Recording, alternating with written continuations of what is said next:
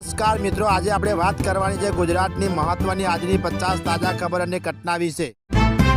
જામનગર જિલ્લા ધ્રોળની ગણેશ સ્કૂલમાં નર્સિંગ વિદ્યાર્થીએ ગળે ફાંસો કે જીવન ટૂંકાવ્યું। ધ્રોળ નજીક સોયલ ગામ પાસે બેફામ કાર ચાલકે સકડા રિક્ષાને ટક્કર મારતા સર્જાયો અકસ્માત, એકને ગંભીર ઇજા।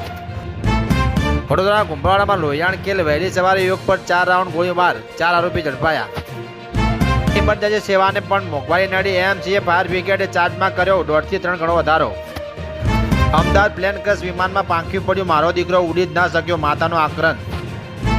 ગોજારો શુક્રવાર 2 રાજ્યોમાં ભયાનક અકસ્માત, 3 પોલીસ કર્મીઓ સહિત 9ના કમકમાટી ભર્યા મોત।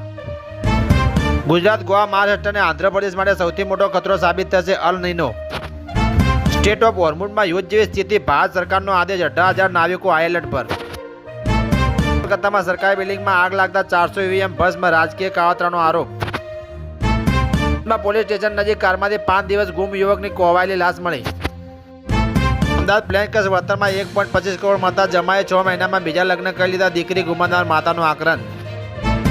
સામા તળાવમાં માછલીઓના મોતનો સિલસિલો અથાવત, સામા તળાવમાં ફરી મોટી સંખ્યામાં માછલીઓના મોત, દુર્ગંધથી સ્થાનિકો પરેશાન। અમરેલી ઘંટિયાળ ગામે સિંહણના હુમલામાં 7 વર્ષના બાળકનું મોત, વન વિભાગ સામે ભારે રોષ, પરિવાર મૃતદેહ સ્વીકારવાનો ઇનકાર। રાજવીભાઈ દીકરી એશિયામાં ઊંચી ઉડાન, હોંગકોંગ એશિયન ચેમ્પિયનશિપમાં ફલક વસાવે 5મું સ્થાન મેળવ્યું।